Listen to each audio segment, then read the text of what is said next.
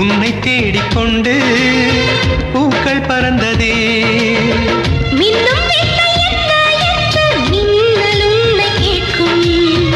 எங்கே தீண்ட வேண்டும் என்று தென்றல் உன்னை கேட்கும்.